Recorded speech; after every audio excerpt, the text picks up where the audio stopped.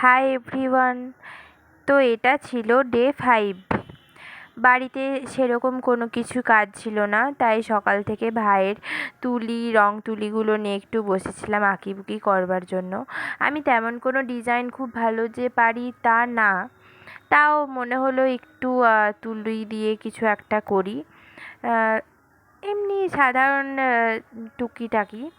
তো সেজন্য আমি একটু বসে পড়েছিলাম। সকালে মুড়ি টুড়ি খেয়ে ব্রেকফাস্ট করে একটু বসে পড়েছিলাম।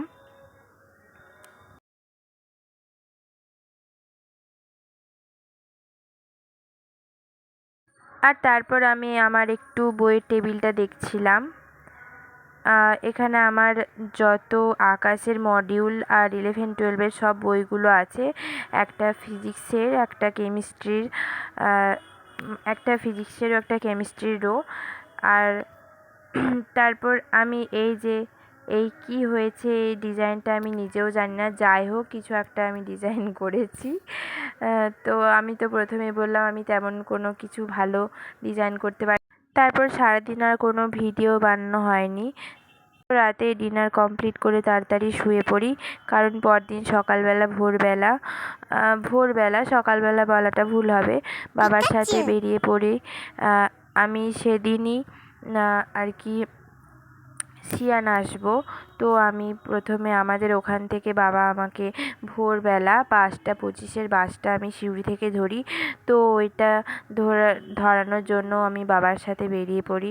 সকাল সকাল ভালোও লাগছে না, এতদিন বাড়িতে ছিলাম, একটু মন খারাপ করছে। তো যাই হোক, কী আর করা যাবে, মনের মধ্যে আশা নিয়ে যাচ্ছি, কারণ আর 2 সপ্তাহ পরেই আমার গ্রীষ্মের ছুটি পড়বে, তখন বাড়ি আসবো, সেই আশা নিয়ে এখন শত মন খারাপ হলেও যাচ্ছি সকাল সকাল। আমার এই সকালবেলা একদম যেতে ভালো লাগে না, কিন্তু কী আর করা যাবে, যাই হোক। তো তারপর আমরা আধ ঘন্টার মধ্যে সিউড়ি বাস স্ট্যান্ডে চলে আসি, এবং তখনও বাস ছাড়েনি, এবং তারপর 5:30 মধ্যে বাস ছেড়ে দেয়, এবং বাসে আমি একটা সিট নিয়ে বসে পড়ি।